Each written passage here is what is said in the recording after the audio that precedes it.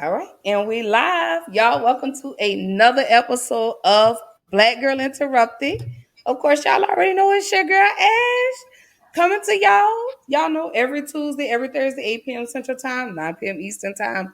You know I'm always coming with something new. And there we go. I got my hands together now. So tonight, I got my son with me again tonight. What's up, baby boy? What's up? How's it going? It's good. It's good. How's your? I know it's only Tuesday, but how's your week been? It's been fine. The rain and everything. Kind of relaxing though, but Well, thank God you ain't have to go out and get in that rain today. Thank God. hmm Thank God. Thank God. All right. So y'all already know. Before I start any episode, y'all already know I have to do my mental health check in. So y'all drop in the comments. Let me know how you feeling. How's your week been? Like I say, I know it's only Tuesday, but you could have had a bad week last week. You could have had a bad day yesterday. You could have had a bad day today. Talk about it. Drop in the comments. Let me know how you feeling today. So how you feeling today, son? Mentally, how you feeling? I'm good. You good Yeah, mentally? You it's good? been it's been a relaxing day really. With this rain and everything, I've just been in my room really. On that video game, huh? Yeah, I already know you're still on that video game, but hey, I'd rather for you to be on that video game than to be in somebody's streets. So while I'm waiting on all the comments to roll in, I do want to talk about some current events before I jump into tonight's topic. So on Friday, the sentencing came down in regards to Derek Chauvin. So what do you think about that, son? In a roundabout way. So Derek Chauvin was found guilty on all three counts in the murder of George Floyd. So on Friday, it came down. He was sentenced to 22 and a half years. How do you feel about that? Do you feel like justice was served, or do you feel like Derek Chauvin got a slap on the wrist? I don't think justice is served because from what I've heard, there are people that are in prison for life for like less crimes than what Derek Chauvin did. Like getting caught with weed, from what I hear, they get like life in prison, I think, for something like that. That's what I was Because there's saying. one guy I heard. I forgot his name, but if I look it up, I'll know who I'm talking about. Yeah, I understand. I mean, I said that, last week when the sentence came down, I was like 22 and a half years. You have nonviolent offenders that get more time than that. You have people that commit armed robbery and nobody is murdered or nobody's killed and they're getting 30, 40 years. This man kneeled on a man, no, I'm sorry, for 9 minutes and 29 seconds and all he got was 22 and a half years. And then, for his mother to get up, she didn't acknowledge the family.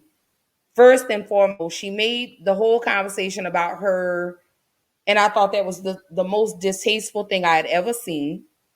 But we understand where Derek Chauvin gets it from. So, like mother, like son, very callous, very cold hearted. It was almost like she was blaming George Floyd for her son going to prison for 22 and a half years.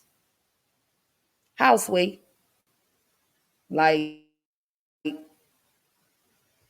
make it make sense. That's really what I just understand. But yeah, but Derek Chauvin put the picture back up. 22 and a half years. I'm utterly disgusted. Again, we down. We still have three more to go. We do have the other three officers that are slated to go on trial, I believe, August. I don't know the exact date, but I do know it's in August. So I won't say justice is completely served until all four are convicted and, found guilty and all four are convicted. And like I say, and I'm going to say it again, I feel like the pension from these police officers. Let me post their pictures. These police officers, I feel like their pension should go to the Floyd family, at least to the daughter. I feel like they should not get their pension because they all facilitated and participated in the murder of George Floyd. That's just my public opinion. Again, no one has to agree with me, but hey, that's the way I feel. I feel like they should stop giving them a slap on the wrist. So y'all keep dropping in the comments. Let me know how you feeling. Like I say, y'all know I'm doing my mental health check-in. I need to know how everybody's doing.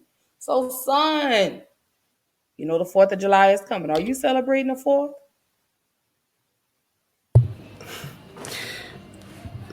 No, not really. Right, because we got I mean, Juneteenth. good unless, yeah. I mean, we've been celebrating Juneteenth long before they made it a federal holiday. But hey, the people do enough just to shut us black people up. Or they give us a holiday, but yet we don't get any type of police reform. We get nothing in regards to voting. But hey, let's give them Juneteenth.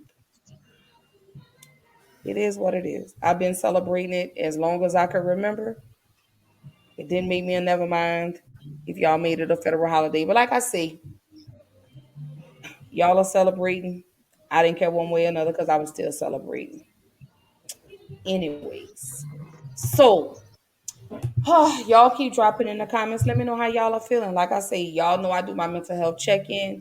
If you, like I say, mental health awareness is the month of May, but y'all know the conversation in regards to mental health does not stop with me on May 31st. This is the conversation we have to continue having because mental health is so big and prominent right now in the black community, especially amongst young black men. And as we wind down June, like I said, this whole month I've been talking to black men. Every topic has been in regards to black men, celebrating a black man, having conversations about the black man, because again, it's up to us to change the narrative in regards of how black men are portrayed in the media as well in society. Yes, there are bad apples in all races, but just because what you see on TV in regards to the black men does not apply to all black men. Yes, you have some deadbeat dads, but you also have 2.7 million dads that reside in a household with the mother and the child. And then you have 1.7 million that do not reside in the house with the child, but are still active in the child's life. So again, you can't argue with numbers. You can argue with people, but you can't argue facts. And if you don't believe me, go to the CDC and pull up the study in regards to black men and being fathers. We're actually what 12 or 13% higher than white men and about 20% higher than the Hispanic community. So yeah, black men do take care of their children, regardless of what people say and regardless of what you see portrayed on TV. So jumping into tonight's topic. Hold on, let me get there. Hey, Sugar Plum. Hey, Willie. Look at my son. You see how big he is? The last time you saw him, he was young. But he's grown now. He's an adult. He's 20. My baby 20 now. Good to see you. Good to see you tonight. Thank you for tuning in. All right, baby boy. So jumping into tonight's conversation. Ooh wee. I'm talking again.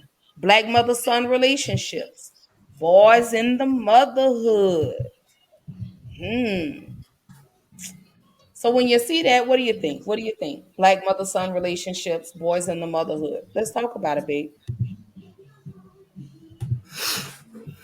Boys in the motherhood. How I see it is, although in some cases the father is not in the child's life, so it's up to the mother to pick up the slack that the father left off to teach her son how to be a man. Just teach him things on what to do and what not to do, that sort of thing, or conversations that you know um, a father and son should have, but it's instead the mother and the son, that sort of thing. Right. That you know that. absolutely is, black mother son relationships. You got the boys in the motherhood. You got the mama's boys or daddy's girls. But black mother sons relationships are just as imperative as father son relationships and father daughter relationships. I think we as mothers, we're the nurturers. So I think, you as a black man in America, you need that nurturing side. You also need the disciplinary side. And mothers can also provide a disciplinary, but I think we're more of the nurturers. We're more of the allow you to display your emotions at certain times. We allow you to be sad. We allow you to be mad. We allow you to be happy. So in regards to, like I say, the black mother son relationships, they're very imperative. You do have the mothers, I'm sorry, the mothers that are left to raise their sons without the fathers. And then you also have the fathers that are left to raise the sons without the mothers. But again, tonight, we're talking about boys in the motherhood. We're talking about these beautiful black mother son relationships. And we're also going to talk about the toxic mother son relationships because they can be toxic. You're looking at a prime example. There we go. I can't never get my hands right. But you're looking at a prime example of a toxic relationship that we're mending. We're still on that road to recovery. We're still on the road to healing. Um, And I think we're way better than where we were last year. I'll say that. We're a lot better than where we were. Hey Ezra, what's up? What's up? Hey, good to see you, hon. Good to see you. How you feeling? Drop in the comments. Let me know how you doing tonight. How you feeling, my love? Always a pleasure to see you. Love when you tune in. Love the comments and the knowledge that you drop on every episode. So going back into the black mother son relationships, how important do you think it is to you for a mother to have a healthy relationship with her son or sons? Maybe she has one, maybe she has four. How imperative do you think that is in the It's black a, community? it is as important as it is for father and son relationship. The way I see it. So I'm glad you're doing well. You already know I know love. You make your money. And anytime you miss an episode, you could always go back on YouTube and you could always watch it. You know how it goes. You know how that goes. So, sons, so in the black community, speaking of black mothers, black sons, how imperative do you think that relationship is? We already know it's imperative for the black boy to have his to have his father, but how imperative do you think it is for the black son and the black mother relationship?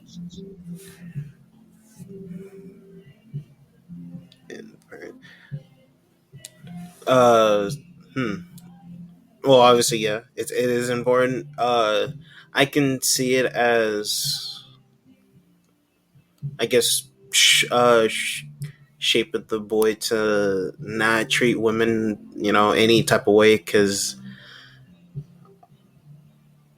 yeah. It's teaching the boys, right from wrong with dealing with women, and coming with advice, uh, lady advice, with to the mother. If the guy himself doesn't know what to do, have conversations that you wouldn't normally have with a father. That sort of conversation, I guess. So let me ask you, do you think it's important for a mother to display a healthy relationship so you will know as a man how to love and treat a woman? Yeah, because 9 times out of 10 issues that most people have in the world comes from home. Mm. And we're gonna jump into that question I just asked you a little later on in the show. Um, because I have some things I want to ask you, in regards to, you know, Do mothers need to display healthy type relationships to their sons so their sons will know how to love a woman, how to treat a woman, how a woman is supposed to be treated? So we're definitely going to jump into that a little later on into the show. But I do want to jump into this question right now. So my baby boy, how does the black mother participate in the development and masculinity of the black man? How do you think the black mother contributes to that? Uh, Definitely to show them that it's okay to, to display your feelings, to feel a certain type of way. Never have your feelings be invalidated. That sort of way. Mm. Ooh, I like that. Re- I really, ooh, I like what you just said because we do contribute to your emotional, your mental. We as mothers, we do contribute to that. Hey, let's get it. What's up, my baby? Oh, I appreciate it. I absolutely do. Thank you. So he says, my prayers to my sis Ash, respect for what you do on your platform, all love. Absolutely. It's always love. Every time you come through, I appreciate when you pop in, even if it's for 5 minutes, even if it's for 30 seconds. I absolutely appreciate it. And I love, love, love all the love that you continue to show me every time my face graces your screen. So I do appreciate that. I do thank you for that. So I think, okay, so my opinion, how does the black mother participate in the development and masculinity of the black man? Um, she allows him to be a man. You know, um, I think when it comes like to me with you, um, I never downed your emotions. I always allowed you if you to be angry, I allow you to be angry because you're human and you're supposed to feel that. When you're happy, when you laugh, when you cry. I never told you that crying is for punks or sissies. That if you cry or you display any type of emotion, it makes you less of a man. I never told you that. Because you're human.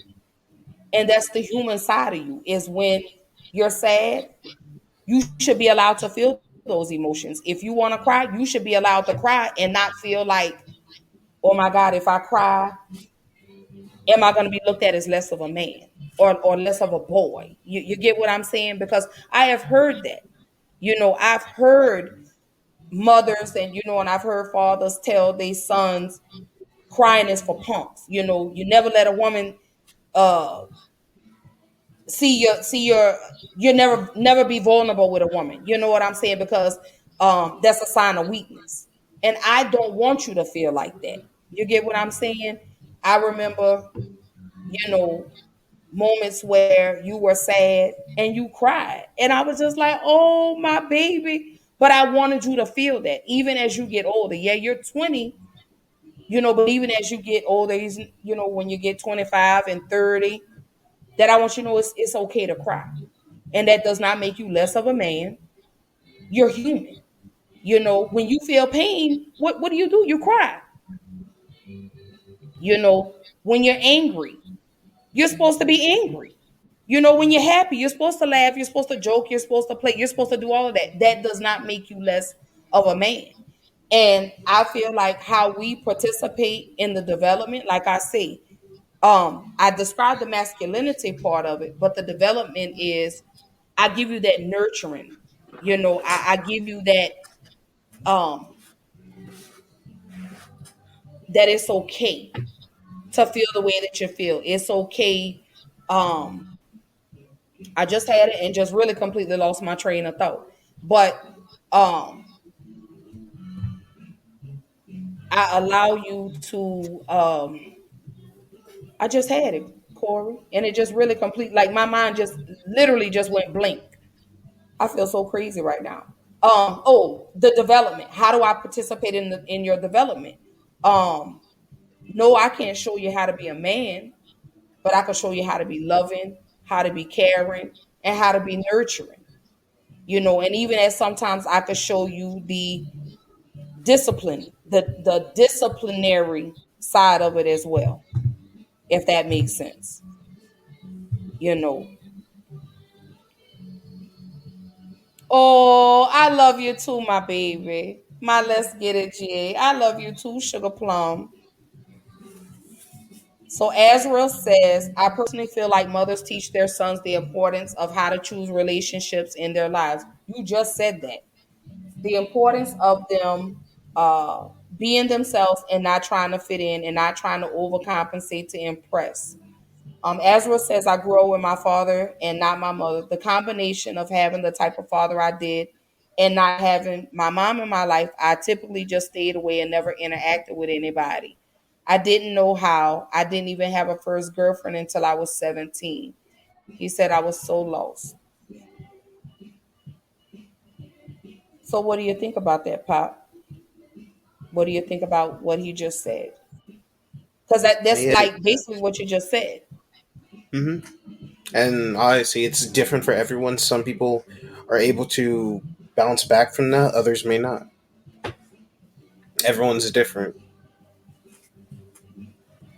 So, do you agree with him saying, like, we teach you the importance of how to choose the relationships in your life? Because I think that's what you said. That goes back to your comment when you said, um, you're able to come to us and we teach you how a woman's supposed to be treated.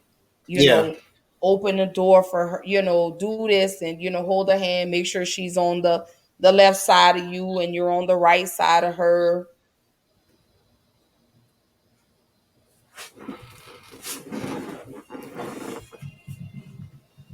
Yeah, I totally agree with what they say about how mothers are. And let me pull this comment back up. And also the importance of being themselves and not trying to fit in. I remember, watching you go from elementary to middle school and into high school and how you somewhat became and I really don't like to use the word loner, but that's it was like you were by yourself. And I remember telling you, don't worry about what they say about you. You just be you. I remember telling you that. No, it wasn't because I was a loner. It's just that I didn't really have that many like close friends. It because I never like put labels on like saying, oh, so and so is my best friend. That sort of thing is just if I'm cool with someone, I'm cool.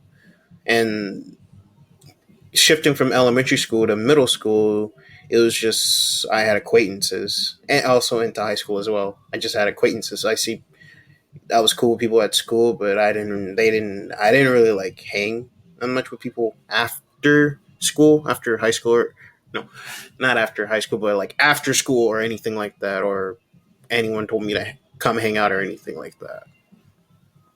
And I think a lot of that was because, like I would tell you, you're different. You know, you're special.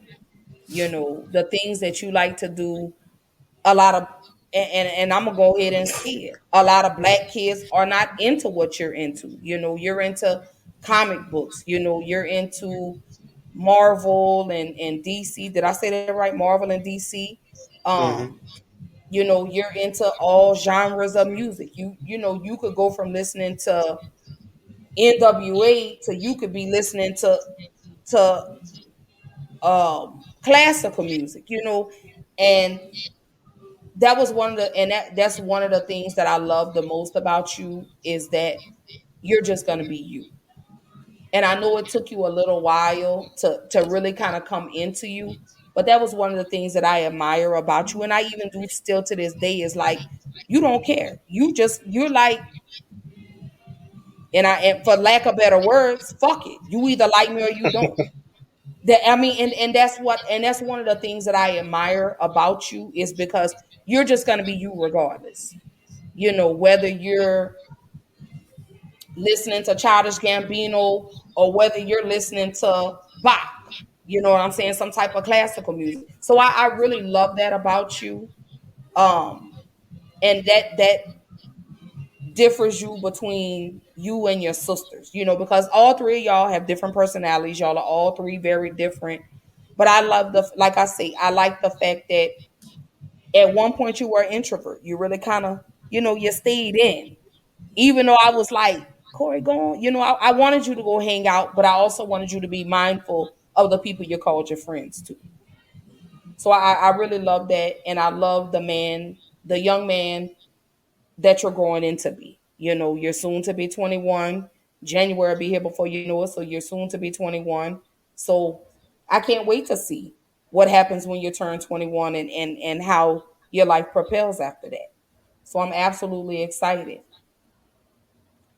Hey, Big Brother Will. Y'all don't forget, y'all check out Big Brother Will on Tuesdays at 7 p.m. Central Time on the Black Mailed podcast. And don't forget on Sundays, the ADHD Hour. Both of them are on Facebook, and you can find both of them on YouTube.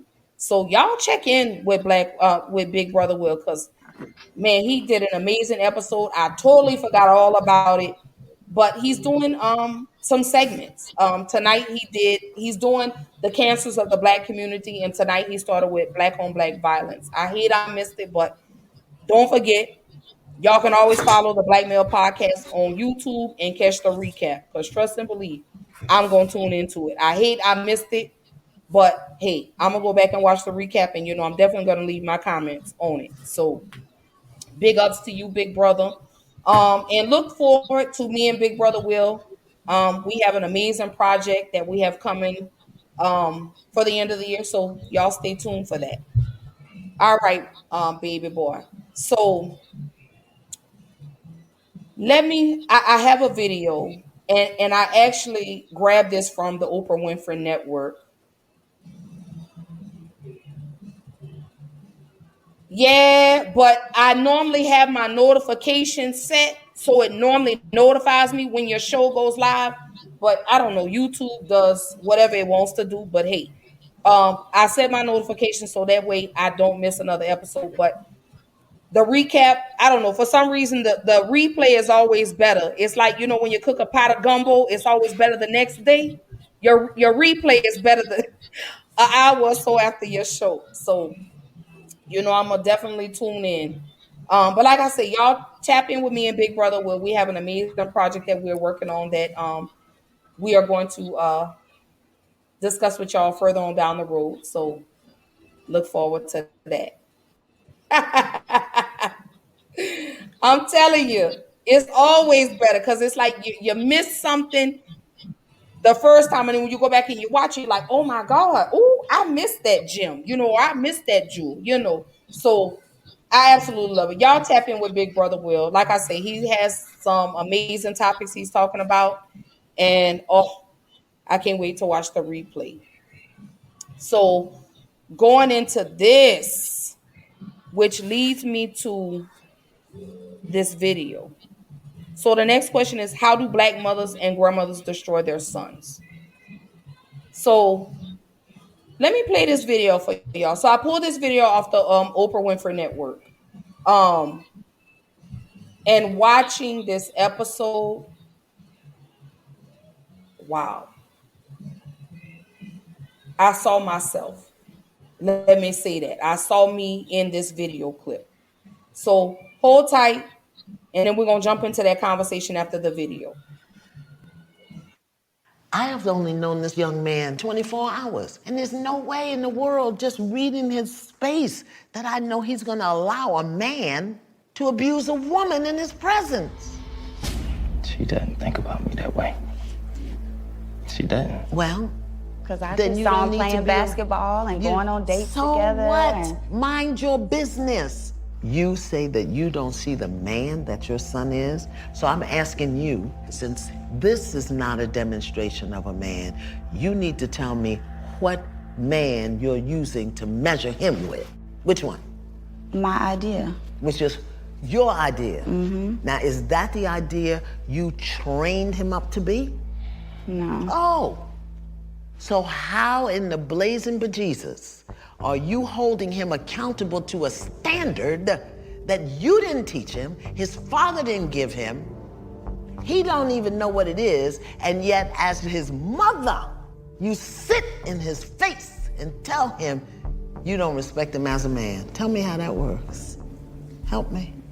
Like I said, it was events. It wasn't just. I'm talking And about it's one also thing. how he treats me. Yeah, but I'm doesn't talking. Wait, respect me hello, as a hello, hello, hello, hello. mom, and so- You see, you are a provocative victim. You provoke stuff, and then when you start being held accountable for it, then you start twisting and turning and making the other person wrong. Look at me, Ma. Look at me. Look at me. You just sat here and told your son, who ain't got a needle in his arm, who I'm assuming pays his own rent. He's married to a registered nurse. He's got 3 baby boys. And you just sat here in his face and said, I don't respect him as a man. And you don't think to consider what that does to his heart, to his soul, to his spirit. I'm sure that's hurtful. And you okay with that? And it's hurtful for the things that he says. But there you go. You're doing it. You're doing it right now. You're doing it right now. Because it's I'm like- holding you accountable, and you spinning. You spinning your web. I You're can't trying to say get away. nothing when it You're comes trying to to get away. Justin. Tell me. Just here's the question. Just answer it. We'll get back to that other Okay, stuff later. Tell me. Forgive me. I respect him. He's a wonderful man. Do you understand that your mouth, your voice, your words are connected to the coils in his heart, to the valves in his heart? He can't help but love you. And every time you dishonor that love, you chip a piece of it, chip a piece of it. This is why in our culture as Black people, when the boys turn a certain age, the men come and get him and take him away from the mother because she can emotionally manipulate him. But since we don't live in our culture no more, we say what we want to say, do what we want to say. We tear our men down and then wonder why they don't make good husbands and fathers. Mothers destroy sons. His mother can speak to him in certain ways that destroy him in ways that can never be repaired.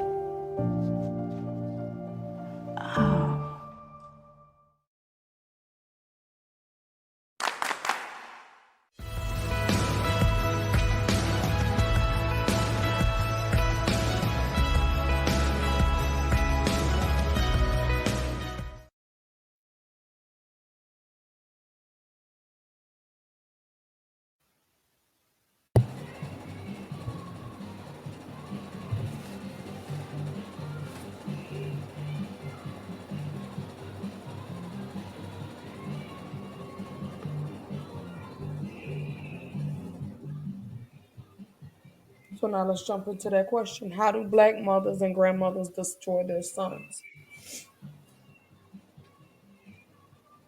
You want to know why I'm crying? Because you saw Because yourself that in was that so video. me. I did.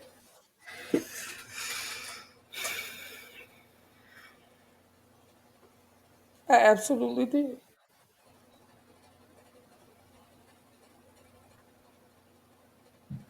And she said the exact word that we all run from, and that's accountability.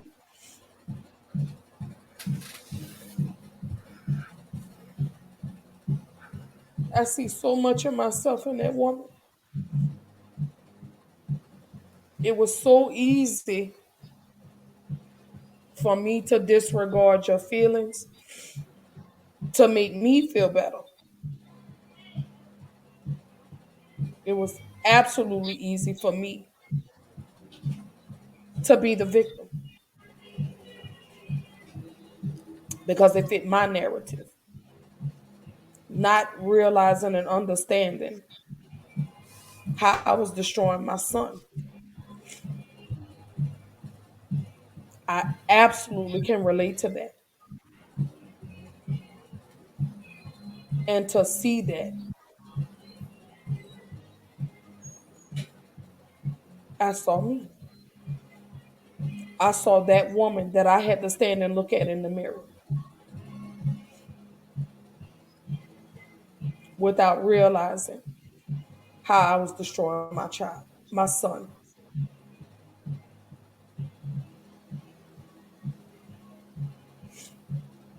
So Ezra says, I felt that the words of a parent in general carry heavy weight with their children. It's unfortunately. He said, but I literally had to cut the strings that affected me for so long so I could move on. Those same strings kept me going back, hoping to please and have the relationship I saw others had. He said it took him 5 years.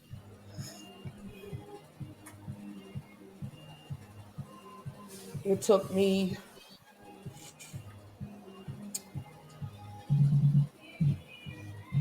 from, what, 18 years? Because you're 20 now. Hmm. I say 17, no, about 15 years, maybe 16, 14 years, maybe, to see that.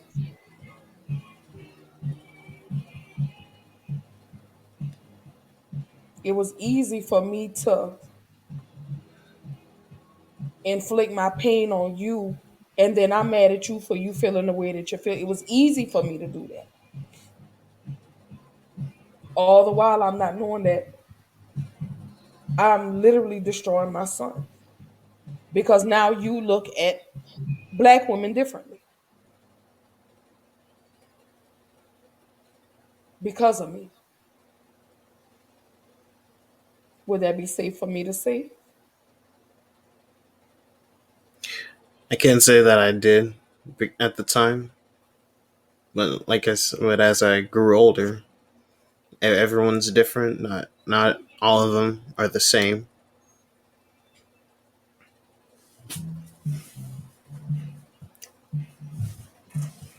You know, at some point, black women, we have to own this. We have to hold ourselves accountable for why our sons treat women. You know, not just mothers, but dads too. But right now, I'm talking to the moms. You know, and we don't do that. You know, we don't realize that the words and things that we say to our sons literally destroy them. You know, my son has anger issues now because of me, because he holds it in.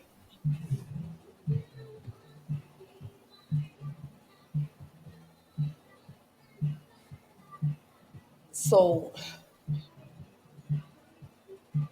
when grandmothers tell their sons and mothers tell their sons they're worthless, they're nothing, you're going to be like this when you grow up, you're destroying your son, you're tearing your son down. You're making your son feel like he's nothing and he'll never be anything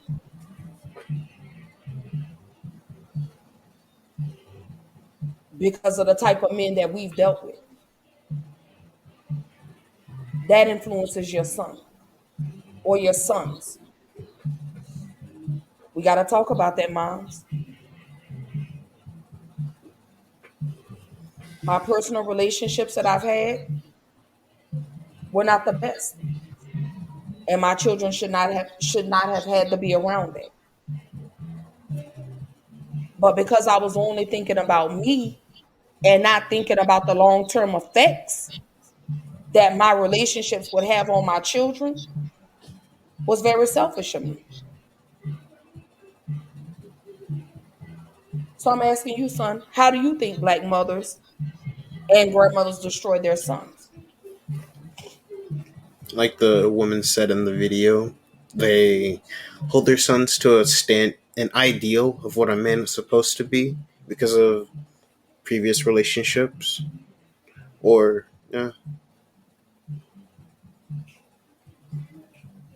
or uh, goes to saying hurt people hurt people. Yeah, hurt people hurt people. Yeah, yeah. So, do you think grandmothers? Okay, so we're gonna step away from the moms for just a moment. Out that hurt. Grandmothers.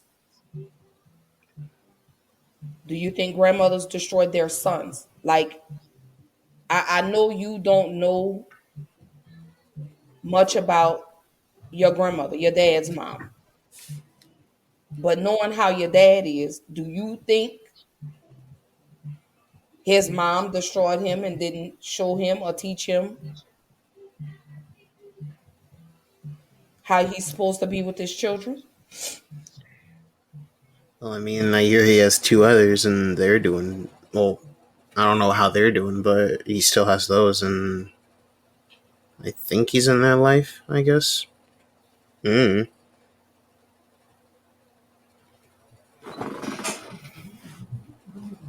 So let me say this, and I can only speak on my dad. Do I feel like his father showed him how to be a father? No, I don't think he did. I think my dad's mother just kind of went with the flow and didn't encourage my dad to be a good father. Maybe they did, I don't know. But only from what I've seen, from what I saw. You know,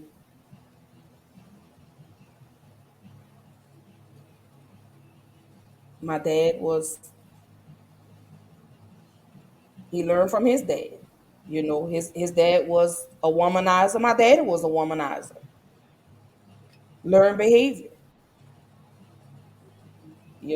So I don't feel like my grandfather, my dad's dad was a good example for my dad to follow. And that's just my personal opinion, you know. And if any of my daddy's people are watching, feel free to chime in and correct me if I'm wrong, you know, because y'all know I don't pull no punches and I don't bite my tongue.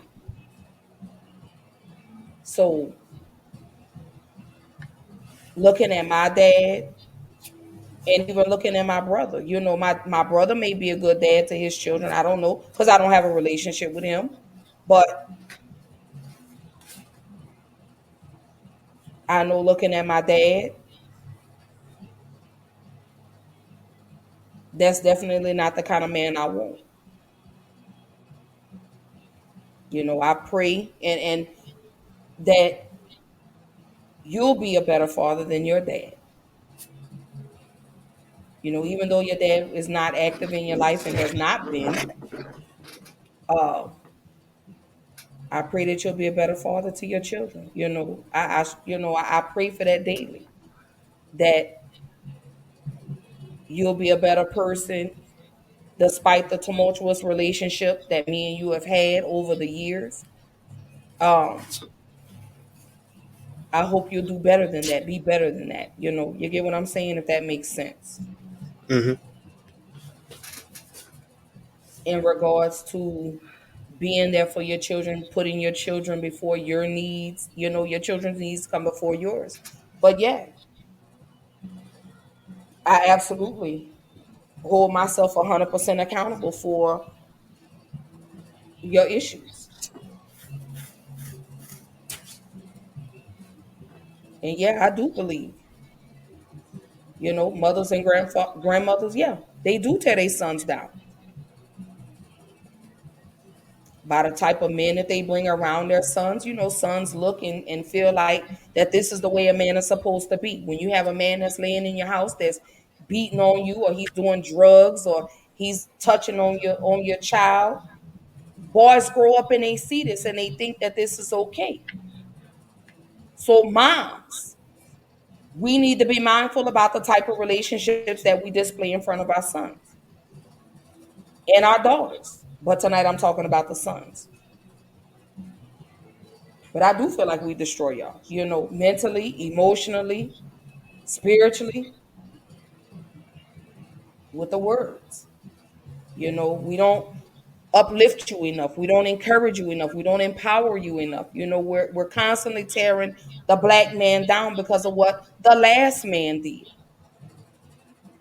And that's something we need to stop doing as black women is you're tearing down your sons, you're tearing down your husbands, you're tearing down your boyfriends. At some point we have to stop that.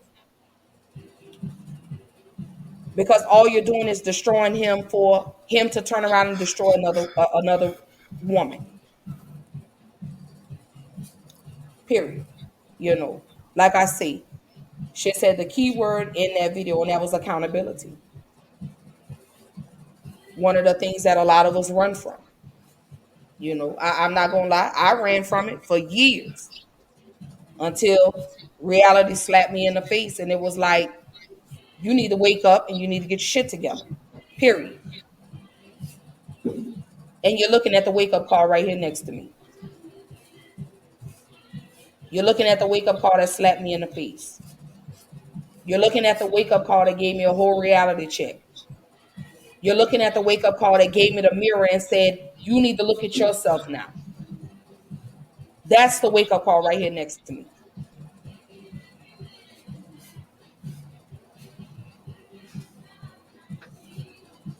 Whew.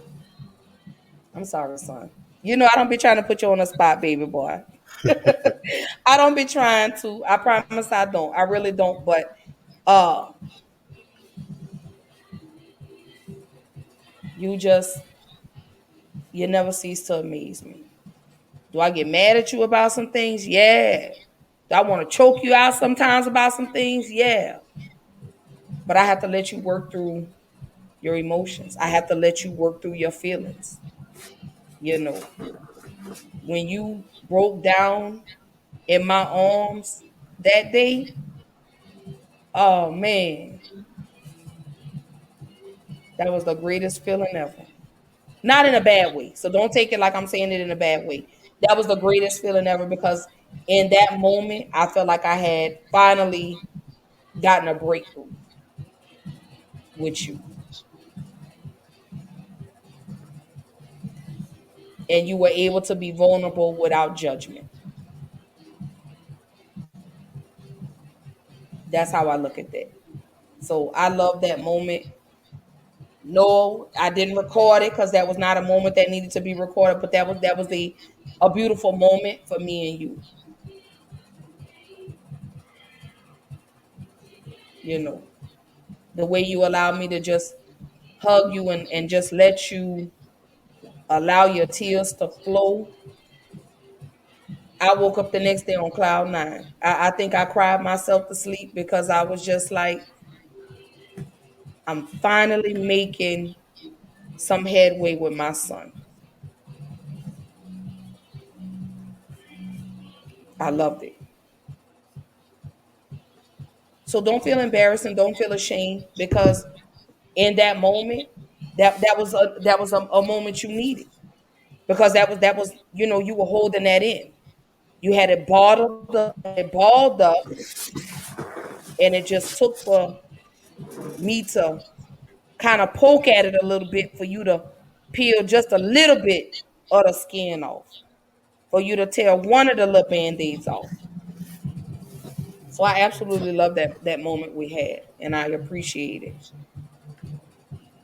Were you okay after that? Did you? How did that make you feel? It was really relieving, really, because I remember uh, a friend of mine was like, talking about like, how crying is like really helpful, and I said, yeah, because it releases all that weight you had on your shoulder, and you're just able to just let it go for even if for like a brief moment. Right. And in that brief moment, how did you feel? Uh, really relieved, really vulnerable, but in a good way. But it made me feel good. That's what I can say. Hmm. Whew. All right. So let's jump on to the next one. Dealing with an emotionally detached man. Lord, baby. Who is to blame? Mom or dad? Or is it both? When it comes to an emotionally detached man, son, what's your definition of a man that's emotionally detached? A person. I can't say someone who like doesn't like cry when they're supposed to, because a lot of people deal with like tragedies or like certain events a very different way, or they have different ways of expressing it. But I would say an emotionally detached person is like, say like a family member died and you didn't feel anything, even if that person who passed away, like they were important in your life, and you doesn't take the time to like mourn or anything, you just don't feel anything. Would Yeah. that be you? Mm-mm, definitely not. Because I thought that I was, but when I think like 2 or 3 years ago, one of my friends passed away, and I was upset. I was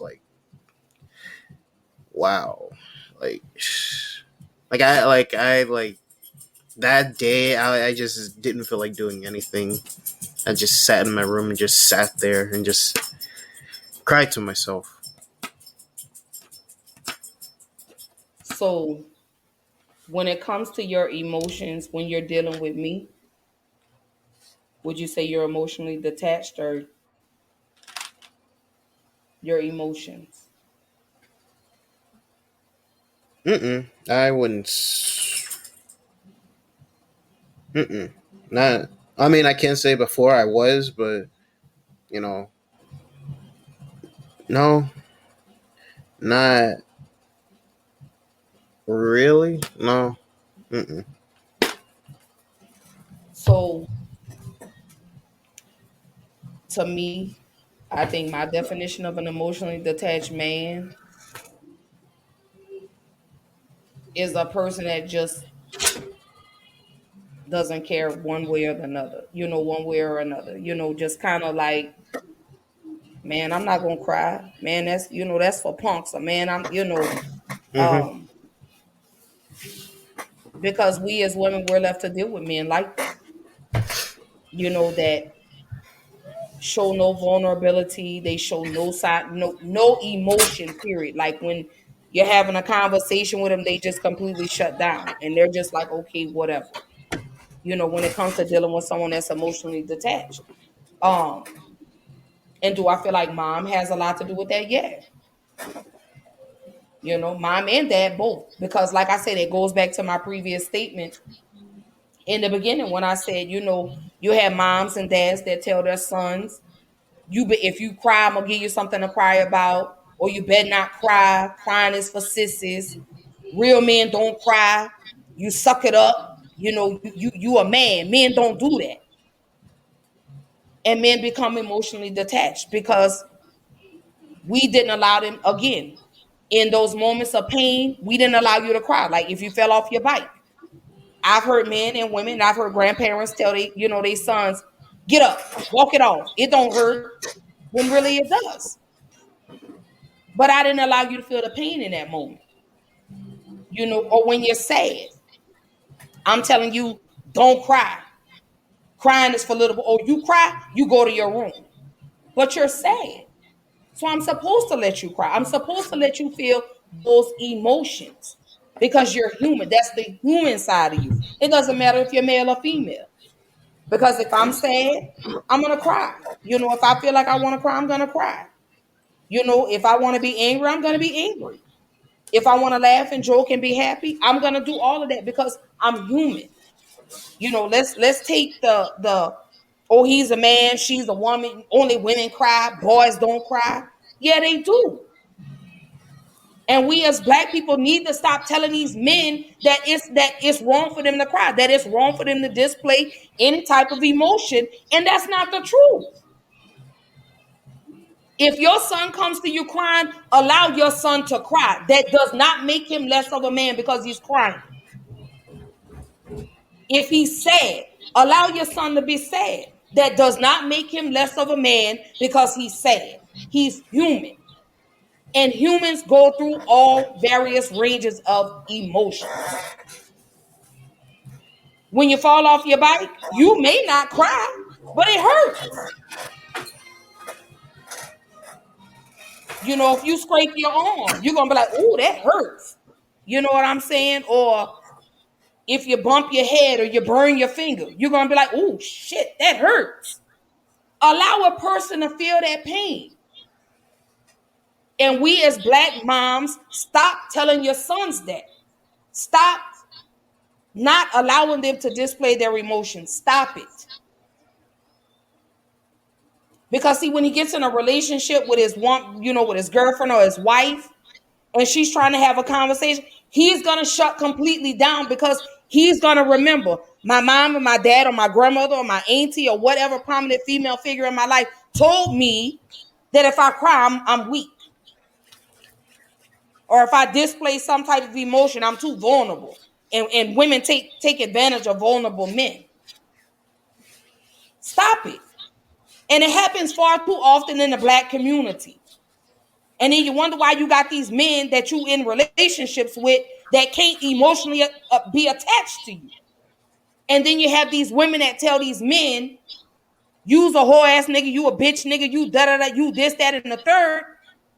He didn't already heard this shit his whole life. And here we are telling him the same thing that his mama done told him. So here you are, you're tearing this man down again. Stop doing that, black women. We have got to come together and we've got to start normalizing that it's okay for our boys to display some type of emotion. So, son, I'm going to tell you in front of all these people that are watching. If you are sad and you want to cry, you cry. That does not make you less of a man. If something hurts your feelings and you're sad, be sad. You're human. That's the human side of you. That does not de-emasculate you as a man. That doesn't mean you're going to be gay because you cry. And I've heard all types of things along the way in regards to men showing their emotions that they're not supposed to. Who the hell said that? Who came up with that theory? Have you ever heard that? Have you ever heard men and women tell their boys they better not cry? Me personally, I haven't, but I've seen, people firsthand, like, not feel an emotion, or like they, they don't, or they don't feel anything, if that makes any sense. It absolutely does. Because, like I said, you have these mothers and these fathers, these uncles, cousins, these family members, and this is very prominent in the black community. But a lot of y'all are not ready to have that conversation. But it happens, and I've heard it. I've heard fathers tell their sons, "Stop crying, shut up. Only sissies cry." And then before you know it, they punching them in the chest, tell them, "Oh, this gonna make them a man." No, it's not. You have mothers that tell their sons, "You cry, I'm gonna give you something to cry about. If I whoop you and it hurts you, you're supposed to cry." So black mothers, black fathers, because it's both of us, stop telling your boys that. Stop telling your daughters that. But they look at it as women that, we're naturally supposed to cry when we're sad, when we're hurt. It's okay. But why is it not okay for the man? I want somebody to drop in the comments. Why is it not okay for a man to display any type of emotion? If he's feeling an emotion, why is it not okay for him to show that? Why do we have to tear you down at your weakest moment? Oh, that's right, because we're hurt. And like my son said, hurt people hurt people. So that's why we do what we do. It's a cycle. And at some point, somebody needs to say, you know what? Let me stop this. I got to break this cycle. I got to end this cycle. At some point, that's what we have to do, Black people. Because we're destroying our sons and we're leaving these women out here to deal with these broken boys that grow up to be emotionally detached men. But y'all not ready for that conversation. Y'all not ready for that conversation. But it's the absolute truth though. It's like a merry-go-round. It's like a merry-go-ride.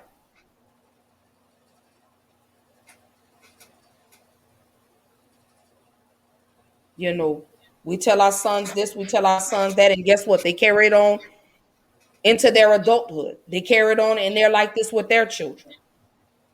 You know, you have the dad telling the son, shut up, boy, don't cry. It don't hurt. When in actuality, it really truly does. It really truly does. Oh. So let's normalize allowing our Black boys and our Black men to display their emotions. Let's normalize that.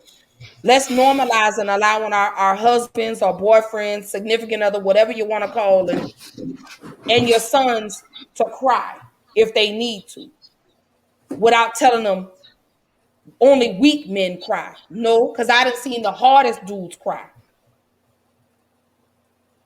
And that does not demasculate them. That's what society wants you to think. That's what the world wants you to think.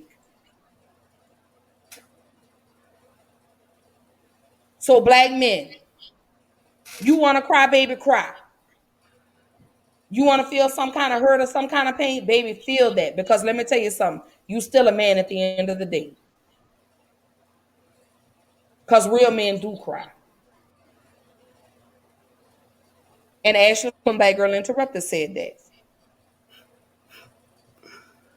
And my son agrees. Because my son has cried. And he's 20 years old. And I've seen him drop real tears.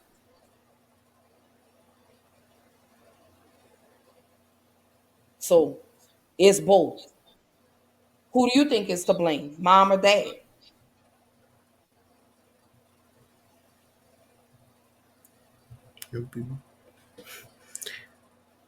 Definitely both. Why do you say both? What's your thoughts on that? Why do you say both?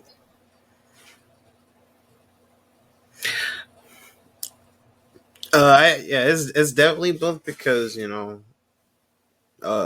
women see men or some women would see men as like the provider, the one who doesn't cry, that sort of thing. And as you gave examples, they say, "Oh, cry! I'll give you something to cry about," like invalidating what they're crying for is for nothing. Mm. Same Oh. with fathers. Mm. You just hit the nail on the head with that comment. It's like we make you feel like what you're crying for, you shouldn't be crying about. Or it's not as a big deal as it is. I mean, because Like I've it, seen. No, go ahead. I'm sorry. I didn't mean to interrupt you. Go ahead, babe. I was saying, like, it doesn't matter like how big or small the situation is. If you feel sad, like you should be able to feel that way. No one should invalidate your feelings of it whatsoever.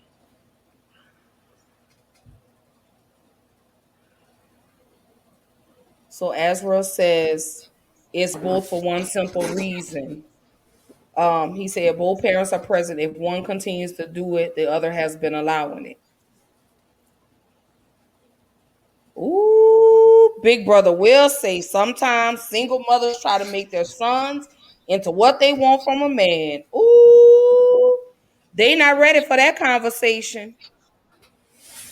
They not ready for that because my son said it that that's what women do. And we talking to a 20-year-old man. Big Brother Will says to be strong and stoic. Right. My son said it. He said, in the midst of us black women trying to hold our sons to the standards of the type of men we're looking for, not realizing that we're destroying them. And then we're sending them off into the world. And guess what? Someone's daughter has to deal with that son that we've torn down. She's got to deal with the monster that we've created. She's got to deal with the animal and the demon that this child lives with. You get what I'm saying? This is what we do as black mothers. Black fathers too. But again, I'm talking to black mothers right now. We're not realizing that. And then if we go back to the statement I made earlier, when it comes to relationships, the type of men that we have around our sons. You get what I'm saying? If you got a son, if you got a man that doesn't work, he lays up in the house all day, your son is going to grow up and think that that's what a man is supposed to do. That a man is supposed to lay up while a woman takes care of him. And our daughters see that. And we think that that's acceptable behavior because this is all we've seen our whole entire lives. But a lot of people are not ready to have that conversation. That's that conversation they want to keep sweeping under the rug. That's that conversation that what happens in this house stays in this house. No, we're going to bring that type of conversation to the forefront. Black people. That's exactly what we're going to do. That's the specific type of conversation that we're going to continue to bring to the forefront. We're going to break these generational curses. We need to end these cycles. You get what I'm saying? We have to. And like Big Brother Will says, the problem is their sons haven't learned to address or understand what they are feeling. And you know why, Big Brother? Because we as mothers and fathers don't allow our sons to do that. What you say, son, about that in regards to that? He says the problem is the sons haven't learned to address or understand what they are feeling. What's your thoughts on that? Yeah, most definitely, because most people don't even know like how to deal with a certain emotion that they're feeling, and whatever happened at home, they either like you said, think they're weak and they choose not to express it, or if they go to therapy, it will be, or better yet, try to be in or have any type of relationship. It will be difficult for them to open themselves up to that person, to make them to be vulnerable with that person. Right. And that also goes back to what you said a few moments ago when you said your feelings aren't validated or something to that sort of what you said. When you say people don't validate your feelings, like they don't repeat that, what did you say again? That no, whether the situation is big or small, they tell them, oh, which or what they're crying for, or the statement, if I'll give you something to cry about, is saying that what they're crying about is nothing, whatever they're crying about. Right. Mm, that right there, man, and that's one of the things, Big Brother Will, going back to your comment, let me go back to it, is we need to normalize allowing our sons to address and understand what they're feeling. And that's like, like I told my son, that's almost like when you fall off your bike. If it hurts, you cry or you say, "Oh, that hurts." You say that. Excuse me. You're allowed to feel that. Or I've seen men, go through their first heartbreak. They first love breaks their heart. They think, "Oh, this is who I'm gonna be with forever and a day." Then they break up, and then it's almost like men are just they shut down. But I want us to start normalizing, like you said, learning to address and understand what you're feeling. So if you're heartbroken, let's address it. Let's talk about it. Let's process it. You get what I'm saying? Let's process the heartbreak. So if that requires you crying, then you cry. If that requires you throwing their stuff away or whatever it is, throw it away. That doesn't make you less of a man. Period. It does not make you less of a man. Like I say, real men do cry.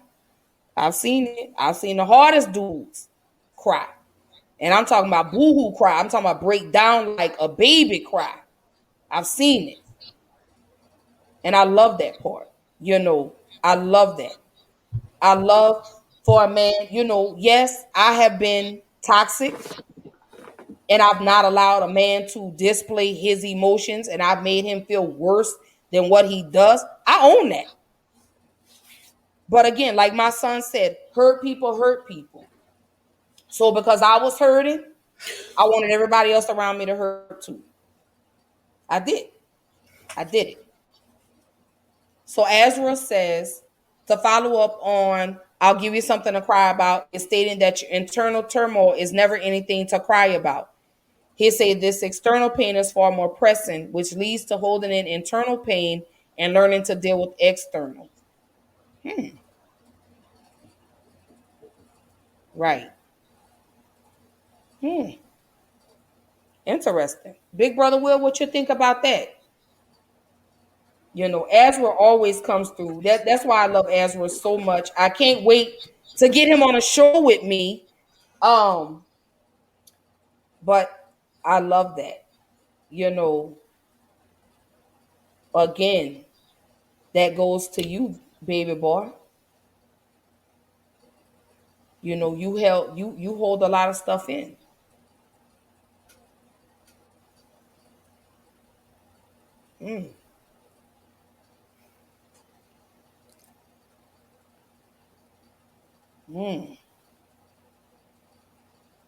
What you think about that comment, that statement? Oh yeah, for sure. Like, if a person's been told, I'll give you something to cry about, invalidating their feelings, they're gonna hold in their feelings, and then whoever's like pushes or reaches that limit with them, and it could be like for a minor inconvenience, and they'll just like explode on them, and it would lead them down to a path of like trouble. I'm so guilty of that. I'm absolutely guilty of that. That man, woo, that internal pain, boy. That's that's the part we don't want to deal with is that internal pain. We'll deal with the external, but we never want to deal with that internal pain because that internal pain, that's a beast. But at some point, that beast does rear its ugly head. It absolutely does. It rears its ugly head. I want to talk about son, the toxicity of the mother-son relationship. I want to talk about that for a moment. Because I look at our relationship And although you were not the toxic person I was the toxic one in the relationship. In the mother son relationship, I was absolutely the toxic one. So Azrael says, it's not that we don't want to deal with it, we never learn. We were told it doesn't exist, so you never learn to properly deal with it until it was probably too late. Yeah. Yeah.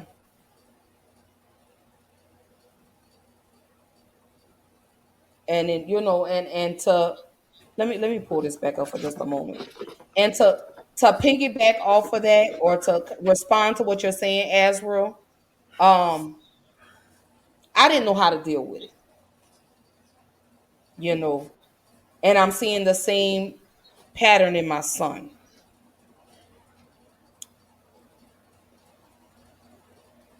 I didn't deal with it because I felt like it was everybody else's fault.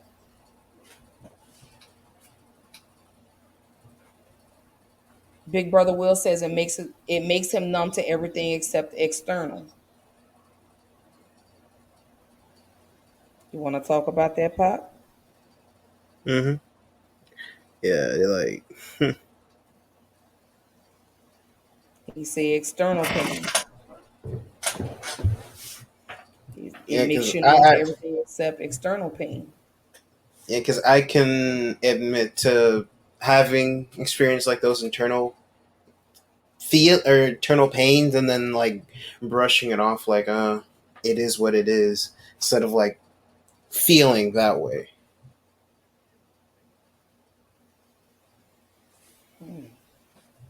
Or not yeah, I can say like brushing it off and like saying like, oh, this happened, like, oh, I'm used to it, like whatever.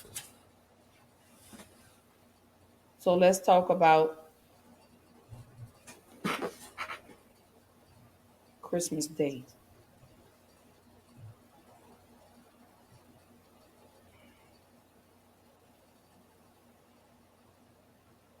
Let's talk about it.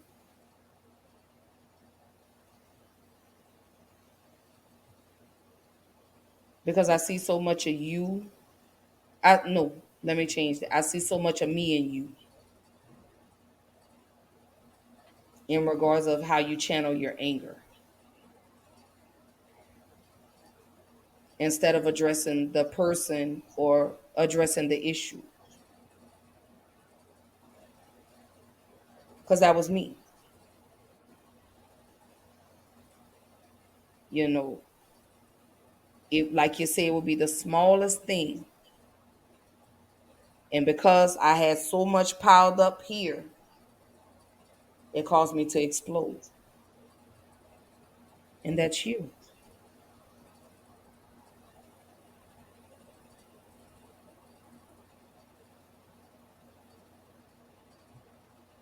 Big Brother Will says, or addressing the internal pain is wrong. Right. So you, son, have to process your internal pain. Because, see, your internal pain, you've suppressed it for so long and you've just dealt with the external. And that's because, again, going back, if we go back in the video with the mother and the son, where she did, she tore him down.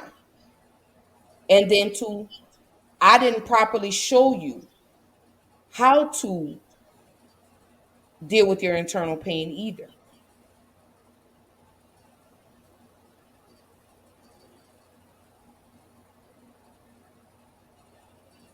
And I can own that. Even though, I mean, I've told you, but I should have shown you a better way to process your internal pain, to deal with the internal pain, to address the internal pain. Because you deal with the external pain wonderful. It's just that internal pain, you don't. You suppress it the same way I used to.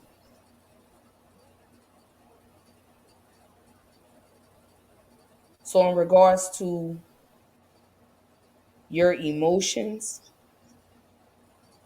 you still are somewhat emotionally detached. Maybe not as much, but you still are to a certain extent. And that's not to call you out or put you on the spot. So I don't want you to feel like that's what I'm doing.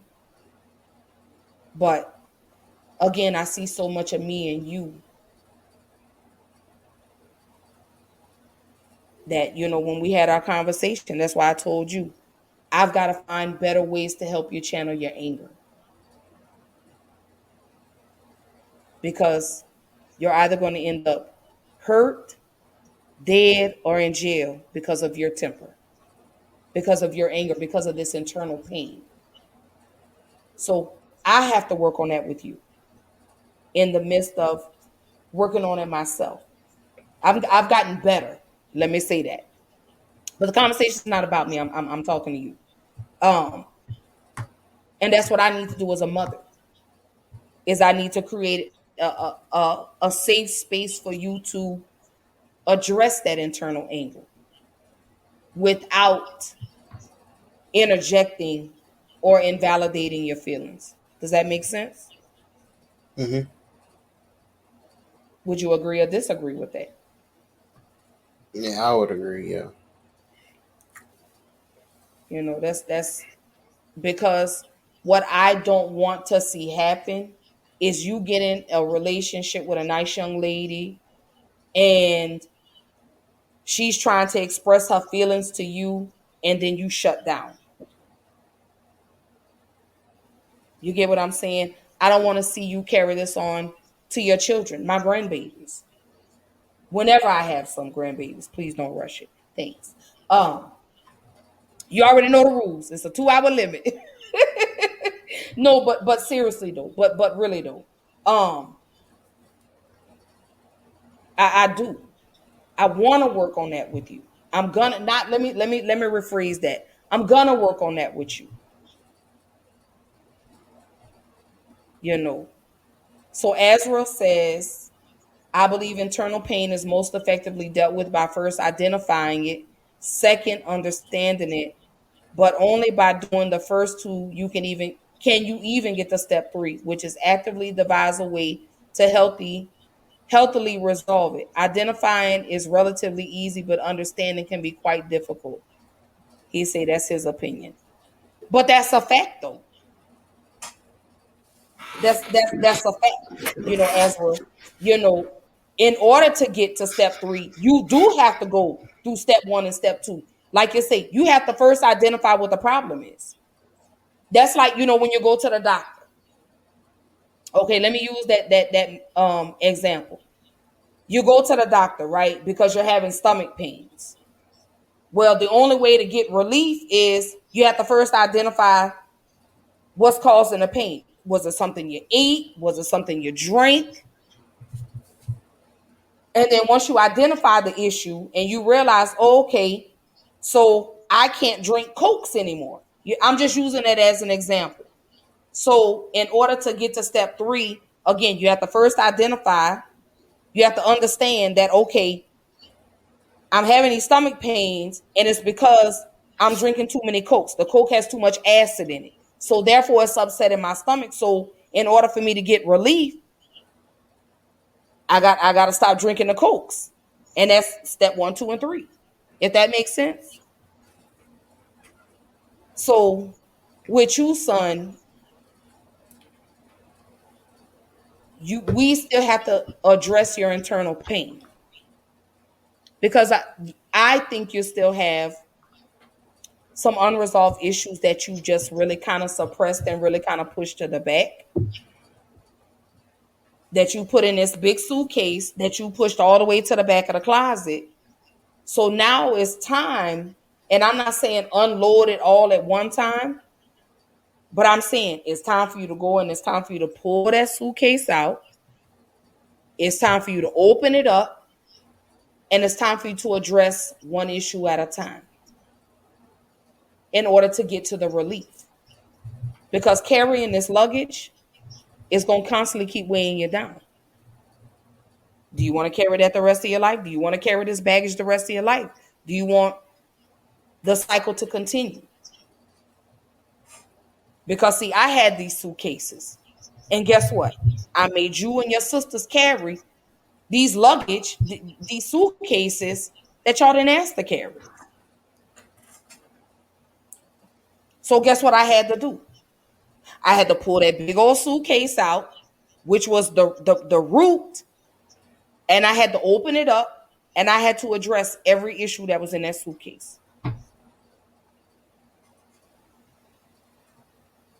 I had to. And that's what that's one of the things that you're going to have to do. Does it hurt? Absolutely it does. It's nobody wants to deal with the pain, nobody wants to deal with their trauma because it becomes a safe space for you. You get what I'm saying? It becomes a safe place for you to hold on to. So we hold on to this pain because it's safe. Because that's all we know is pain. But eventually, you're going to want some happiness. But how can you find happiness through all the pain? How can you really, truly, genuinely say, you know what, I'm really, truly happy, and you're still holding on to this pain? And you haven't addressed the issues or issue, you know. So those one of the things that we have to do. Is you're going to have to pull that suitcase out. You're going to have to open it up, and you're going to have to separate those dirty clothes from those clean clothes. It's one of the things you're going to have to do in order for you to truly heal.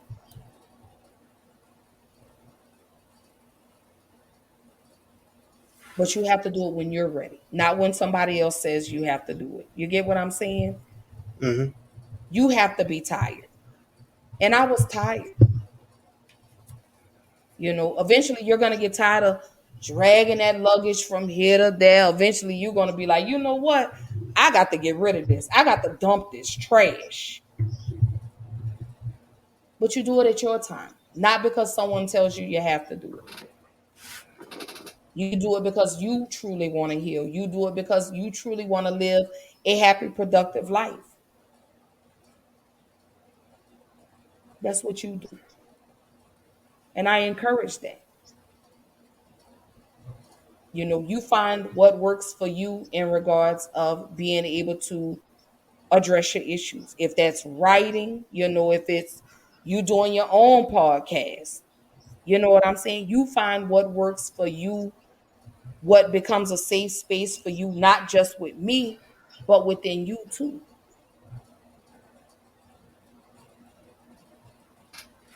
That's one of the things that you're gonna have to do.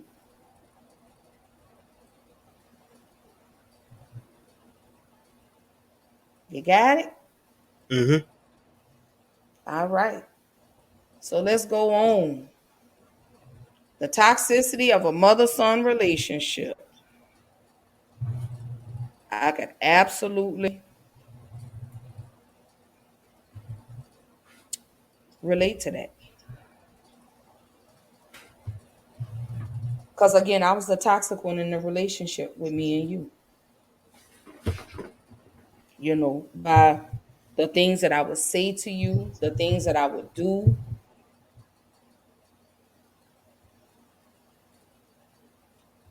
It's common. Mothers could be very toxic to their sons. That video showed it. She was toxic to him. She tore him down. And she always made herself the victim. She always made herself the victim in regards to that. You know, that's what I look at. So the toxicity of a mother and son relationship. Let's talk about it for a moment.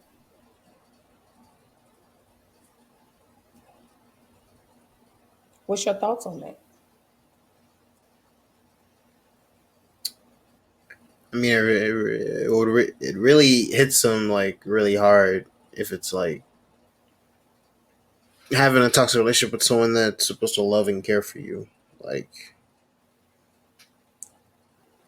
because like even if you don't have anyone like else to like lean on to, you're really like on your own, and it's really sad and depressing. So let me ask you, what's the definition of a toxic mother-son relationship? What's your definition I, in I your would words? say I would say uh definitely a mother who belittles their son and doesn't take the time to like think about what they say like hurts them, or the mother only thinks about them and no one else but themselves, and like doesn't like uh give their son a thought, or it's like they're yeah, it doesn't give them a thought. Yeah.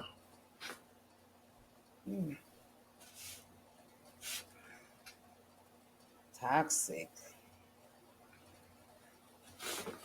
I was absolutely toxic, and for a lack of better words, I was a bitch to everybody, especially my children. You know, um,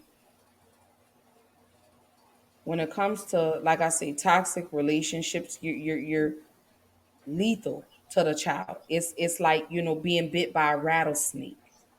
You're it's venomous, it's poison,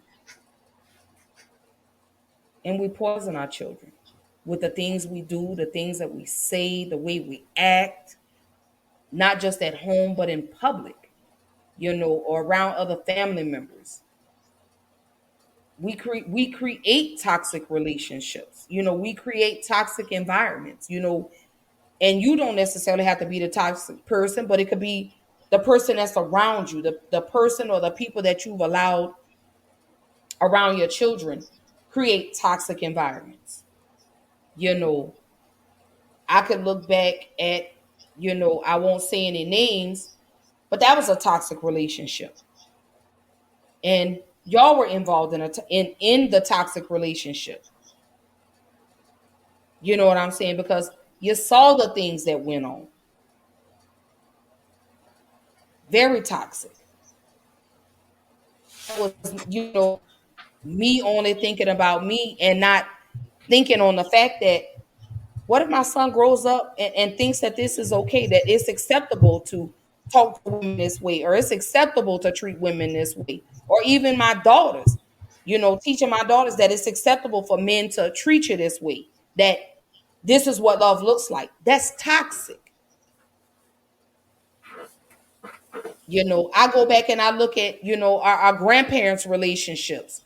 Those were toxic relationships. Grandpa, Papa out there having 8, 9, 10 children. He got a whole nother family, and Madeira just sitting at home chilling. That's toxic.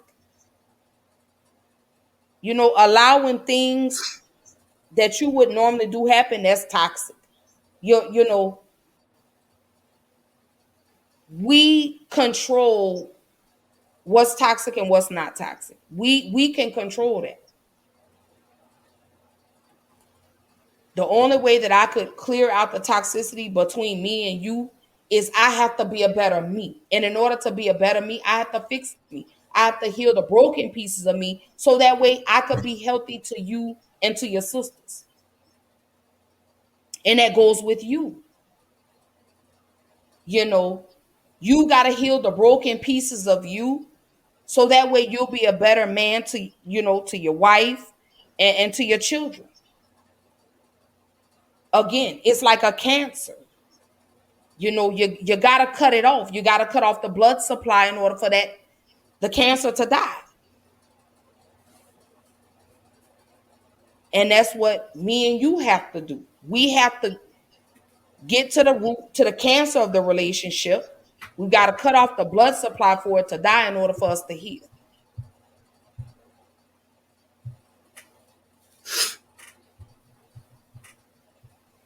What you think about that?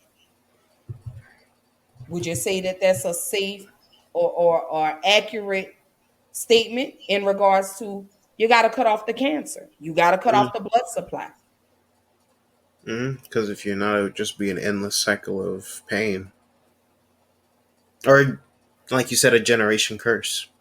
Right. And I want the generational curses to stop with me. I want to be the one to break the curse because I don't want you and your sisters to be toxic to whoever you're in a relationship with or whoever you hang around. Because toxic could does not necessarily mean just a relationship, but you could have toxic friends, a toxic friendship. So that's my goal, is to work on the toxicity that lives in between me and you.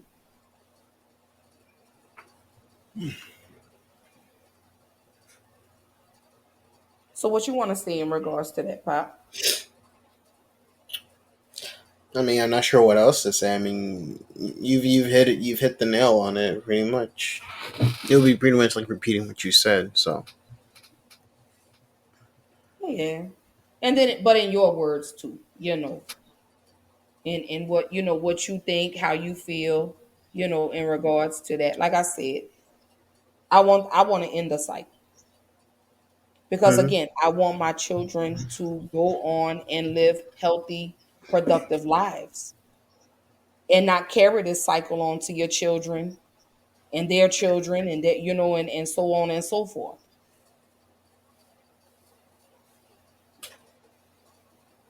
So I got one more video before we jump into our last question for the night. Oh my God, y'all, grab your Kleenex. Oh God, y'all, this was such a beautiful moment. And this is what I want from you. This is what I hope for you. I pray on this for you.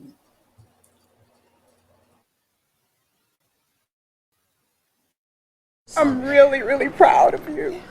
I'm really, really proud of you.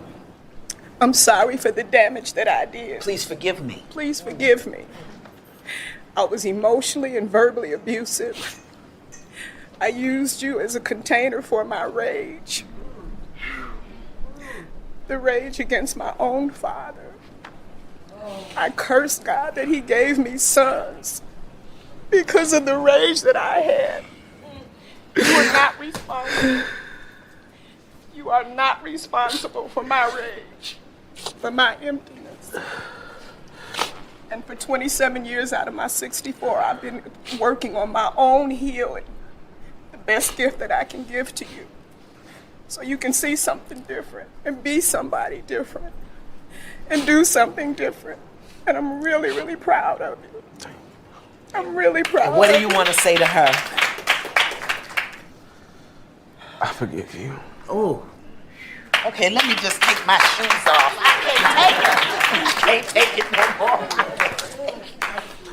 Forgive her for what? Let's be specific. Let's be specific. I forgive you for. I forgive you for tearing me down. I forgive you for telling me you wish you could leave me after Daddy died. I forgive you for yelling at me every day, no matter how many times I came home, cleaning the house. I forgive you for every woman I hated because you hurt me. I forgive you for every time I hurt myself. I forgive you.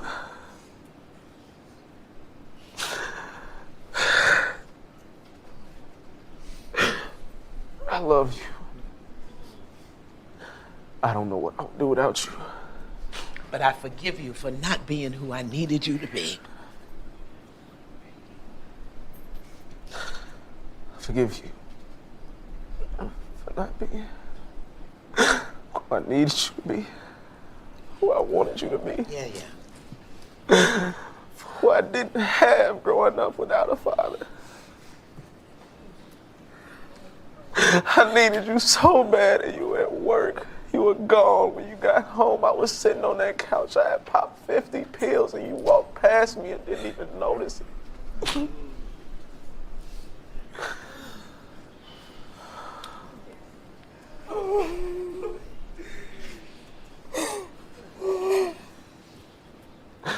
I'm sorry.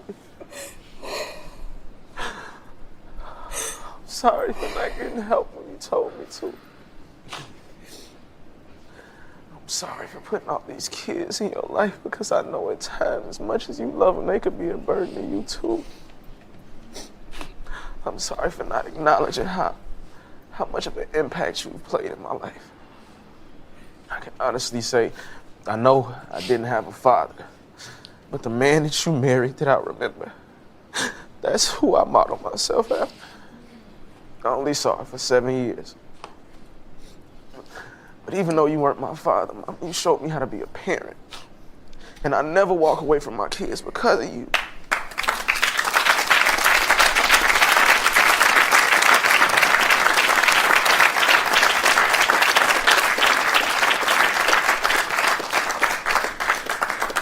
Thank you for making sure I kept God in my life at all times. I thank you for instilling education in me. I thank you for instilling respect in people, but most importantly, myself. And forgiving myself. Because it was hard for me to come up here. I drove 6 hours. I wanted to turn around so many times because I knew God was going to break me down and I didn't want it to happen yet. But I'm sick of hurting. Sick of dying inside. I'm sick of being in that dark room by myself screaming for help and nobody hears me. I've always hurt.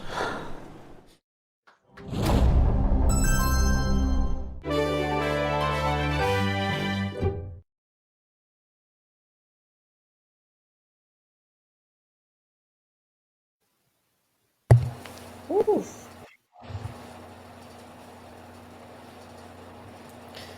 That was powerful.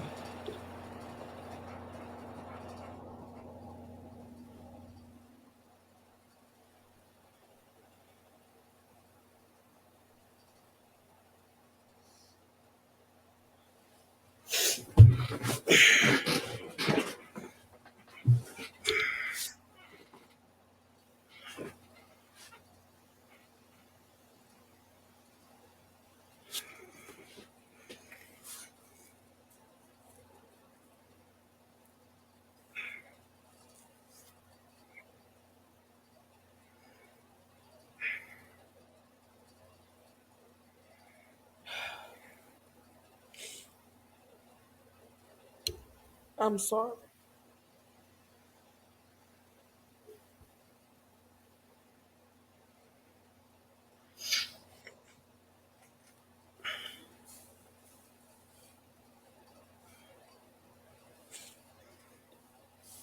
Like she said, I'm sorry for not being there for you.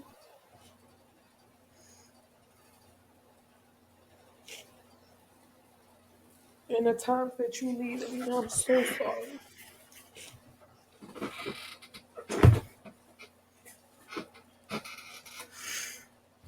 I'm sorry for the things that I said to you.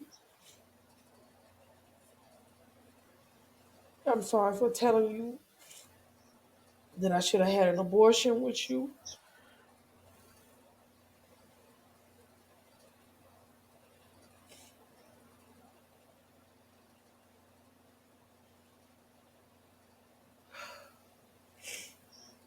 I'm so sorry for putting men above you.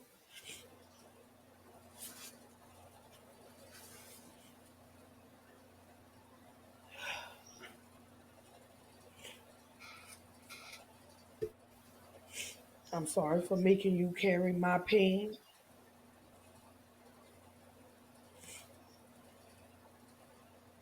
I'm sorry for not being the mother you needed me to be.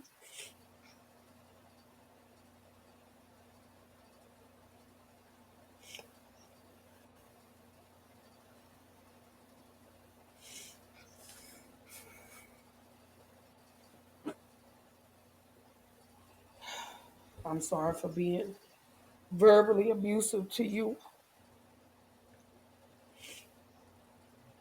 I'm sorry for it's so many things. It's so many things that I owe you an apology for. I'm sorry for creating all those storms that you had to walk through.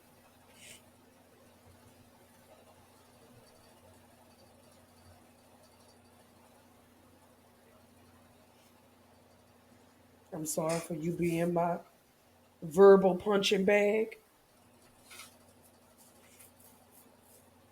when you weren't even who I was angry at.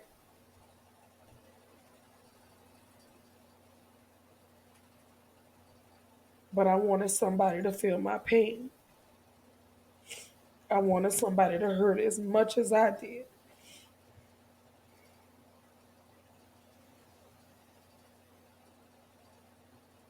I strive every day to be better than what I was yesterday, to be better to my children,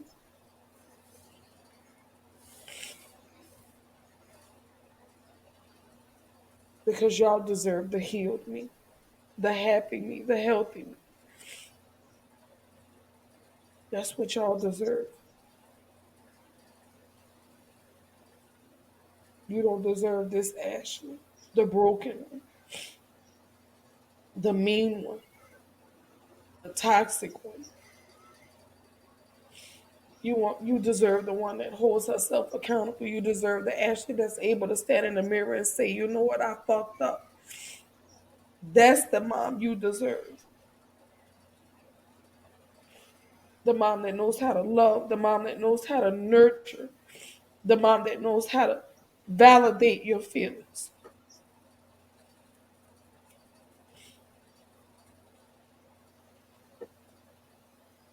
I don't regret bringing you into this world.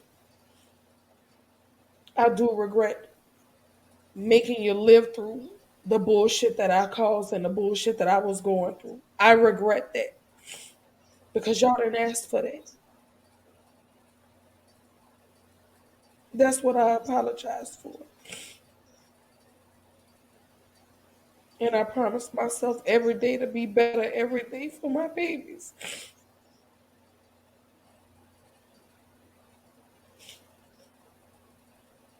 Y'all are absolutely my strength.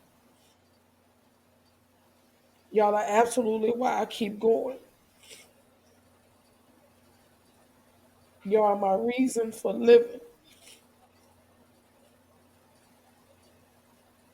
I owe that to y'all, especially to you.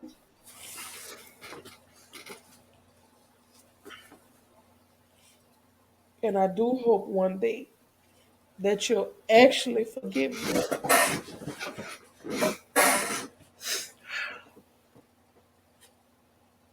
That's what I pray on every day.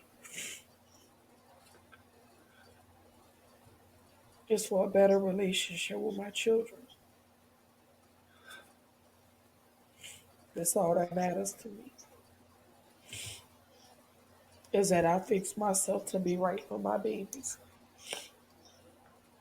Because that's what y'all deserve. Y'all don't deserve this Ashley that's horrible.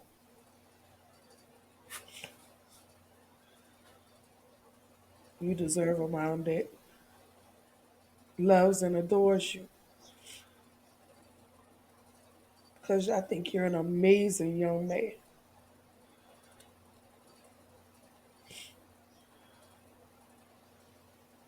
I'm very proud that despite everything that you've encountered and endured in life, you still grew up to be a stand up guy. And I'm absolutely proud to have you as my son.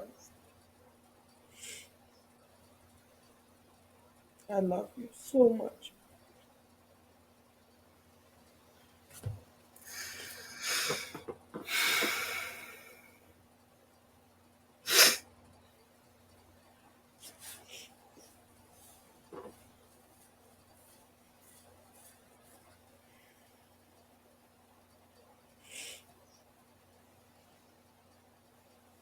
You okay? Mm-hmm. Yeah, I'm good. Yeah, I'm good.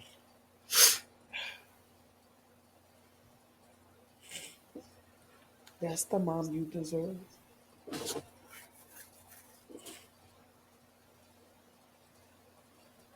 And like I've said before, I have to forgive myself.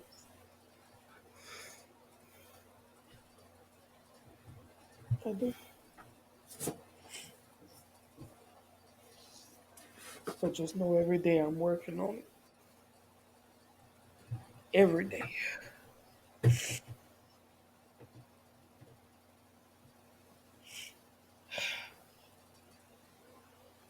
And I love you, Jacoby. I love you too.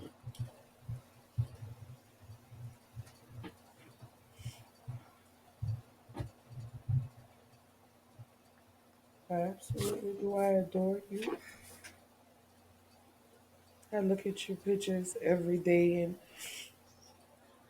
I think about the times that I missed. Even though I was physically here, I wasn't mentally here with you.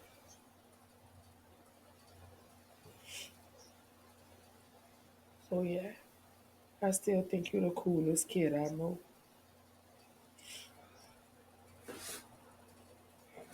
I think I'm blessed with three of the most amazing children. And at times I've taken that for granted.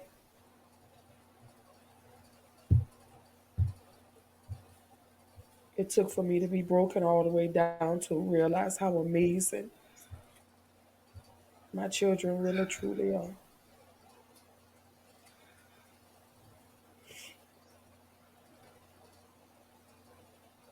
But every day I get stronger.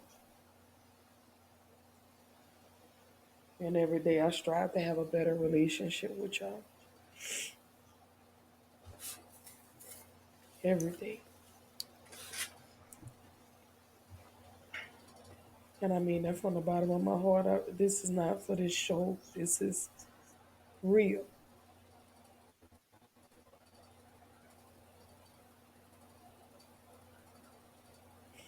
And I told you that lots of times, but I never showed you.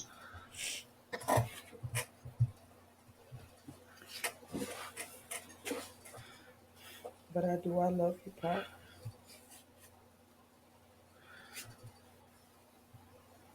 I absolutely do.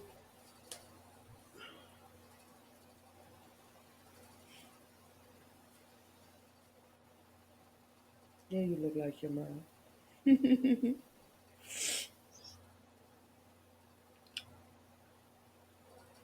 Anything you want to say?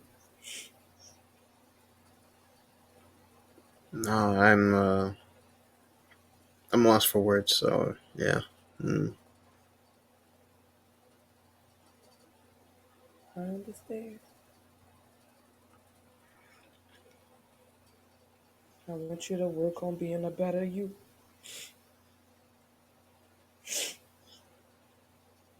I want us to work on being a better mother and son.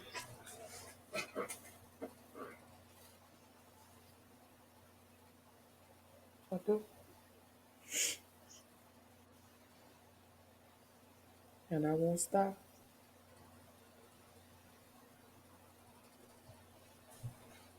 until I get us back to where we're supposed to be. Mm.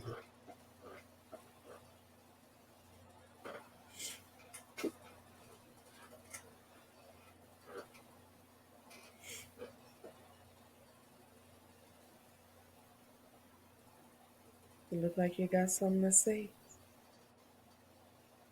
Mm-mm. You know I know you. If anything, I know you're thinking about something. Mm-mm.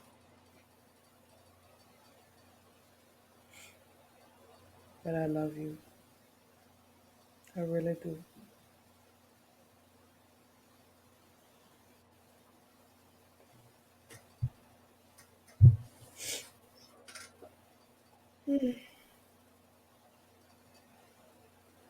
So as we wind down for the night,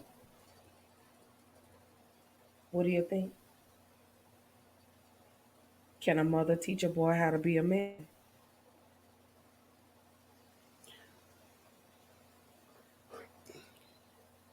I'd say they can, and also they could teach them how to be a parent as well.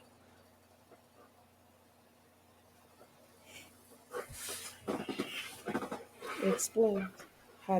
Why do you think a mother could teach a boy how to be a man?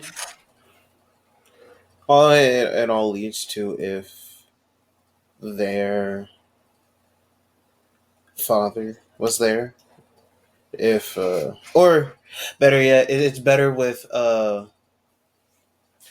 them teaching them how to or because how to be uh man. Hmm. Yeah, it goes with if they or it's more like having them treat them the way they would want to be treated, I guess. If that makes any sense, or if they had like a good example of what a man is supposed to be, they could pass that on to their sons. So do I think a mother could teach a boy how to be a man? I think to a certain extent we can, but you still need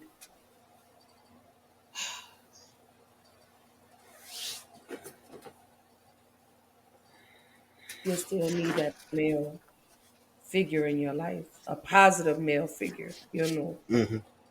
in your life. Because, and I'm not saying sons don't feel comfortable with talking to their moms about sex, but I think men and boys can relate more. That's like, mothers could teach their daughters how to be women. Just men could teach boys how to be men. Like those saying goes, a son, a father is a son's first hero, and a father is a daughter's first love. And vice versa. So I think when it comes to the men showing you how to be a man, how to walk, how to talk, how to carry yourself like a man, what a man is supposed to look like. I can't show you what a man is supposed to look like because I'm not a man. You know, I can only bring in someone that's positive, for you, someone that can teach you how a man is supposed to be. I could teach you the loving side, the nurturing side, and fathers can too, but fathers can, show you more than what a mother can. That's just my opinion. Like K. Michelle say, you can't raise a man. That's just how I feel on that.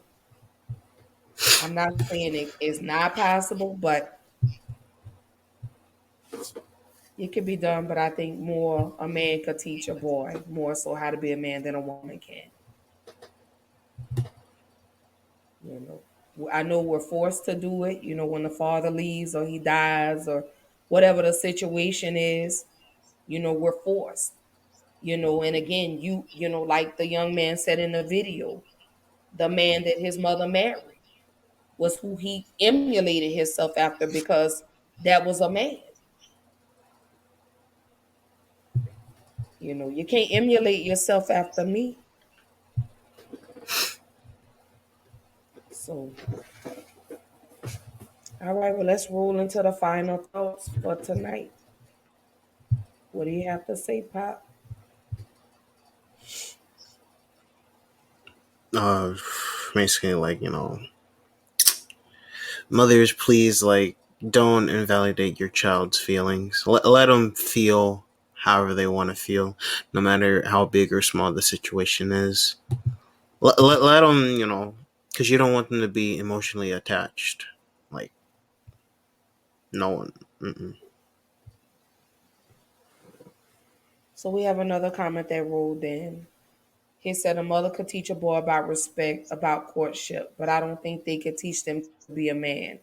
I do believe that is the role of a dad or a male figure in the boy's life. A mother can teach a boy many things, but how to be a man, I do not believe is one of them. One of them. She could guide him in the right direction, but not actually teach. My opinion. I agree with that. Mm-hmm. You know, I can't show him what a man is supposed to be like because I'm not a man. You know, I can show you how to love and be the nurturing part, but dad teaches you how to be a man or a brother. You know, you have brothers that step in, older brothers that step in to guide their little brothers, or you have uncles that step in to be the father figures in their nephews' lives. Again, because the father has left, maybe the dad has passed away, maybe the dad is incarcerated, but I just wholeheartedly agree. Only a man could teach a boy how to be a man. That's just my public opinion. So, my final thoughts. Tonight, we talked about black mother son relationships, boys in the motherhood. Do we contribute to the development and masculinity of the black man? Yeah, we do. Who's to blame when it comes to dealing with an emotionally detached man? Mom and dad. How do we destroy our sons? You belittle them. You stop belittling them. Stop making them feel like they're worth nothing. The hurtful things that we say destroys our sons. The hurtful things that we do destroys our sons. It's time for us as black mothers to normalize healthy mother-son relationships. As black mothers, it's time for us to hold ourselves accountable when we fall short and stop pointing the finger and forcing the children to carry the weight of your pain. We owe it to our children, and this goes to mothers and fathers. We owe this to our children to give them the healthy versions of us. These children deserve love. They deserve their emotional needs to be met, their mental needs to be met, their spiritual needs to be met. We've got to normalize that. We've got to break these cycles. We have to break these generational curses because at some point it's going to keep going and going and going. Stop it. Stop the cycle. Don't allow your children to carry this cycle on to their children and their children carry it on to their children. And it just goes on and on and on and on and on and on and on. Let's normalize healthy mother-son relationships. Let's normalize healthy mother-daughter relationships. Let's normalize healthy father-son relationships. And let's continue to normalize healthy father-daughter relationships. Let's come out of the mentality of what goes on in this house stays in this house. Let's stop that. Let's start having these uncomfortable conversations. Let's start healing each other. Mothers need to heal their sons. Mothers need to heal their daughters. Fathers need to heal sons. Fathers need to heal daughters. And we as parents need to heal ourselves. Because again, these children deserve the healthy version of us, not the broken version. That's what these kids deserve. These children deserve to grow up in loving, stable, healthy environments, healthy homes, not toxic environments and toxic relationships. Because guess what? That man or that woman is left to deal with the bullshit that we created amongst these children. And those are my final thoughts for tonight. So y'all already know. Y'all tap in with Black Girl Interrupted. Y'all know I am live every Tuesday, every Thursday night, 8 p.m. Central Time, 9 p.m. Eastern Time. Don't forget, subscribe to Black Interrupted on you. Run them subscribes up for your girl. Come on now. Any episodes you miss, you know you can watch the replay. I am available on all the streaming platforms. I'm on Apple Podcasts. I'm on Spotify. I'm on Google Podcasts. I'm on iHeart. I'm on Deezer. I'm all over the place. Come holler at your girl. Don't forget, tomorrow night I am doing a special roundtable event and open forum. I got a special guest coming on with me tomorrow night, and that will be at 7 p.m. Central Time. And then Thursday, all new episodes. We starting the month of July with some amazing episodes. Some stuff that's gonna get a little deep for y'all. So don't forget, every Tuesday, every Thursday night, 8 p.m. Central Time, 9 p.m. Eastern Time. Again, follow me on Instagram, follow me on YouTube, follow me on Twitter. Again, I'm available on all the streaming platforms. Most definitely want to thank my son for coming on with me tonight, as always, and allowing me to be vulnerable with you. Anything you want to say? It's a pleasure to be here, and hopes we could do this again. You know, I always bring you on the show. I always drag you into some type of conversation. But I always enjoy the conversation between me and you. I absolutely do. So I will see y'all tomorrow night at 7 p.m. Central Time. Again, it's an open forum, baby. And then I'm going to be doing a recap of the episodes and talking about what's to look forward to in July. So don't forget, tune in with your girl tomorrow at 7 p.m. Central Time, 8 p.m. Eastern Time. Love y'all. See y'all tomorrow night.